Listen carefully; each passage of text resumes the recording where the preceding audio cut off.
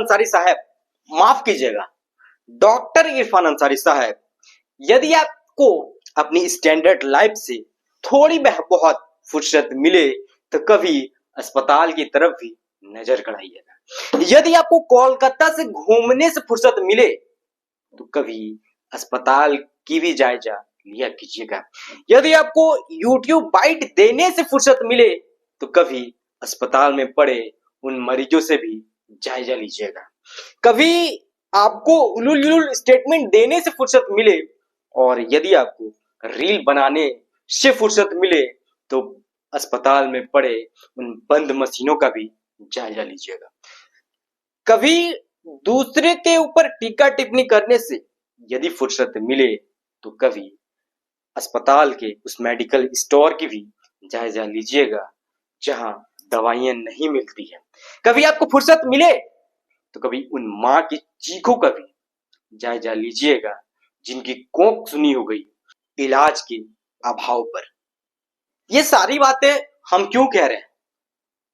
ये सारी बातें दरअसल हम इसलिए कह रहे हैं क्योंकि आपने तो यूट्यूबर को, डिजिटल मीडिया के पत्रकारों को उनके कैमरे अस्पताल के अंदर ले जाने तक को भी बैन करवा दिए। मरीज की एक गुहार सुनाने तक के लिए भी आप उनके कैमरे को बैन करवा दिए। लेकिन ठीक है,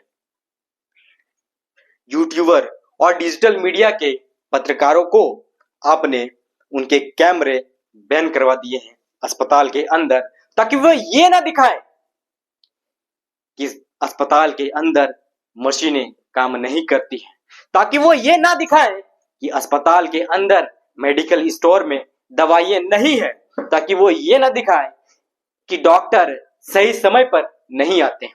लेकिन फिर भी आपकी कैमरे ऑन रहने चाहिए। आप क्या खाते हैं, आप क्या पहनते हैं, आप कैसे चलते हैं, आपकी लाइफ स्टाइल क्या है, बाकायदा एक एक चीज की रील बनती है। गाड़ी गेट खोलने से लेकर मंच चढ़ने तक का भी आपकी रील बननी चाहिए। आपकी रील उतनी जरूरी है जितनी कि एक मरीज को दवाई की भी जरूरत नहीं है। आपकी रील उतनी जरूरी है जितना कि एक घायल को एम्बुलेंस भी जरूरी नहीं है। आपकी रील उतनी ज्यादा जरूरी है जितना कि एक माँ को उनके बेटे की भी जरूरी नहीं है। आपकी रील उतनी जरूरी है जितना कि अस्पताल के अंदर मशीनों की भी जरूरी नहीं है। स्वास्थ्य मंत्री साहब, क्या आप झारखंड की जनता को अंधा और गूंगा समझ बैठे हैं, या फिर आपको ऐसा लगने लगा है कि आप जिस कुर्सी पर बैठे हैं यहाँ सब कुछ माफ है? जिस झारखंड के लोगों को घाट में ले जाया जाता है, जहां मरीजों को एम्बुलेंस नहीं मिलती है, क्या आप उस राज्य में स्वास्थ्य मंत्री कहलाने लायक भी हैं? आपके भाषणों में बड़ी बड़ी बातें होती हैं, लेकिन जमीनी हकीकत कुछ और ही है। सरकारी अस्पतालों में ना डॉक्टर है ना दवाइयां हैं, फिर भी आप हंसते हुए ये कहते हैं सब कुछ ठीक है। अगर आप में थोड़ी सी भी शर्म बची होगी तो एक दिन बिना कोई सिक्योरिटी गार्ड लिए, बिना कोई वीआईपी ट्रीटमेंट लिए एक बार अस्पताल घूम के आइए, फिर आपको जमीनी हकीकत पता चल जाएगी। कभी कहते हैं मरीजों को हेलीकॉप्टर में भेजेंगे, कभी कहते हैं इलाज मुफ्त कराया जाएगा, लेकिन जमीनी हकीकत क्या है? ना गांव में एम्बुलेंस, ना ही शहर में डॉक्टर, और ना ही अस्पताल में दवाइयां। ये है असली हकीकत, लेकिन आपके भाषणों में हवाई जरूर है। इरफान अंसारी साहब, ये आपकी और आपकी सरकार की असलियत की रिपोर्ट कार्ड है, जो एक मरीज को खाट पर अस्पताल ले जाया जा रहा है, जो ये बयां कर रही है कि आपकी सरकार और आपकी सरकारी तंत्र किस तरह इस राज्य के अंदर काम कर रही है। भी कभी तो लगता ही नहीं है कि आप एक स्वास्थ्य मंत्री भी है।